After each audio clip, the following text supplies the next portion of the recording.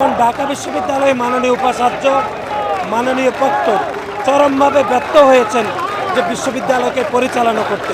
মাননীয় প্রক্টর মাননীয় উপাচার্যেরও পদত্যাগ আমরা দাবি করছি। দ্বিতীয় হত্যাকাণ্ড আমাদেরকে ইঙ্গিত দিচ্ছে যে বাংলাদেশ জাতীয়তাবাদী ছাত্র দলের নেতাকর্মীরা টার্গেট করে হত্যাকাণ্ডের শিকার হচ্ছে। সরকার ঢাকা বিশ্ববিদ্যালয়ের ভাইস চ্যান্সেলর, ঢাকা বিশ্ববিদ্যালয়ের প্রক্টর এবং নিরাপদ ক্যাম্পাসের বিষয়ে সরকারের অবস্থান পরিষ্কার করা উচিত বলে আমরা মনে করি। ক্যাম্পাসের দাবি উঠেছে শাহরিয়ার আলম সাম্যের হত্যাকাণ্ডের পরে। আমরা মনে করছি বাংলাদেশ জাতীয়তাবাদী ছাত্র দলের নেতাকর্মীদেরকে টার্গেট করে যে কিলিং মিশনের মাধ্যমে হত্যা করা হচ্ছে এবং বাংলাদেশ জাতীয়তাবাদী ছাত্র দলের নেতাকর্মীরা যে হত্যাকাণ্ডের শিকার হচ্ছে, সরকার সেই বিষয়ে তারা খুব বেশি গুরুত্ব আরোপ করে তারা তদন্ত করছে না বলে পর্যন্ত কেউ গ্রেপ্তার হয়নি প্রকৃত আসামি।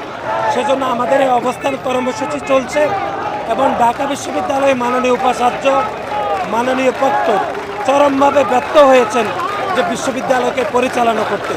এবং গত 9 মাসে 2টি হত্যাকাণ্ড হয়েছে, তোফাজ্জল হত্যাকাণ্ড হয়েছে, আর দর্শনের শিকার হয়েছে এবং খুনি হাসিনার গা পিটিকে দিনের বেলা মুছে দেওয়া হয়েছে। চারুকলাতে খুনি হাসিনার মোটিভকে গায়েব করে দেওয়া হয়েছে। প্রতিটি দায় দায়িত্ব ঢাকা বিশ্ববিদ্যালয়ের প্রক্টরকে নিতে হবে। তিনি কোনোভাবে দায় দায়িত্ব নিচ্ছেন না।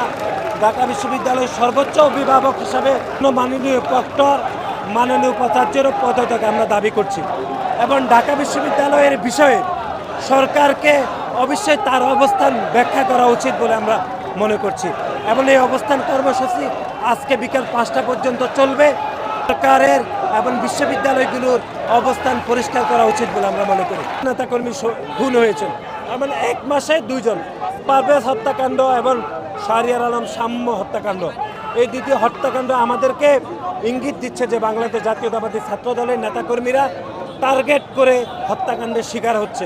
নেতাকর্মীদের মধ্যে, সাধারণ শিক্ষার্থীদের মধ্যে সরকার ঢাকা বিশ্ববিদ্যালয়ের ভাইস চ্যান্সেলর, ঢাকা বিশ্ববিদ্যালয়ের প্রক্টর এবং নিরাপদ ক্যাম্পাসের বিষয়ে সরকারের অবস্থান পরিষ্কার করা উচিত বলে আমরা মনে করি।